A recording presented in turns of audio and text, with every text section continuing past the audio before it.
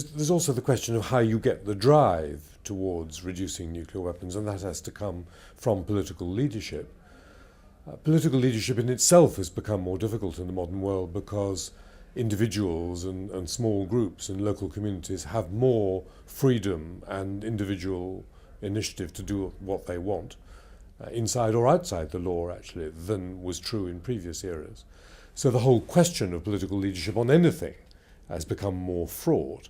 On this most difficult issue, where you have to bring together a large number of states or a number of very powerful states against their natural inclinations in the short term to do something that's good for the world in the long term, means that you need a very high quality of leadership.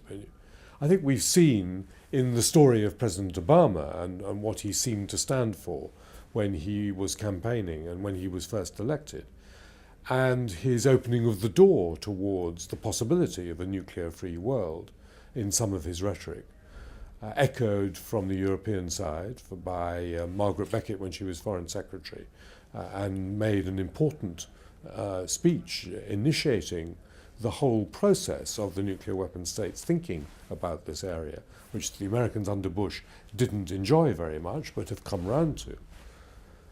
And then the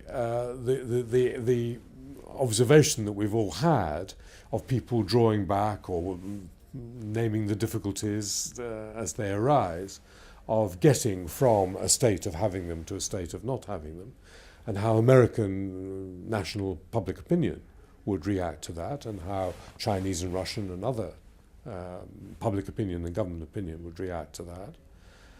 The fact is that leadership now is going to find it very difficult to take initiatives that don't have overwhelming popular support in a very difficult area.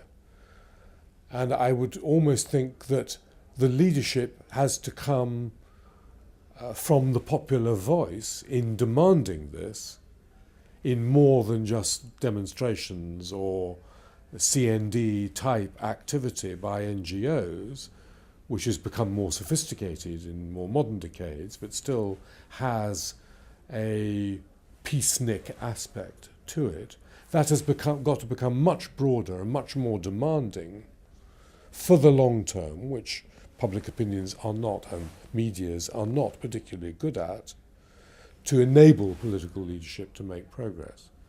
Leadership in the modern world, in my view, has become a circular business, not an apex business. You've got to sometimes lead and sometimes follow, and you can't lead without knowing that your followers are following and that the followers want you to lead and what you're leading on. In an apex system, you impose decisions. That's no longer the truth, even in non-democracies, as we're seeing in the events in the Middle East.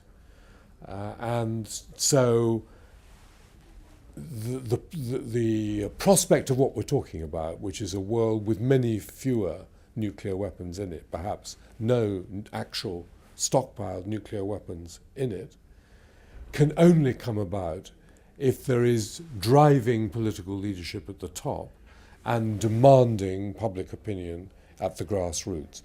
Both those things are necessary. And if we miss one of those, we won't get anywhere.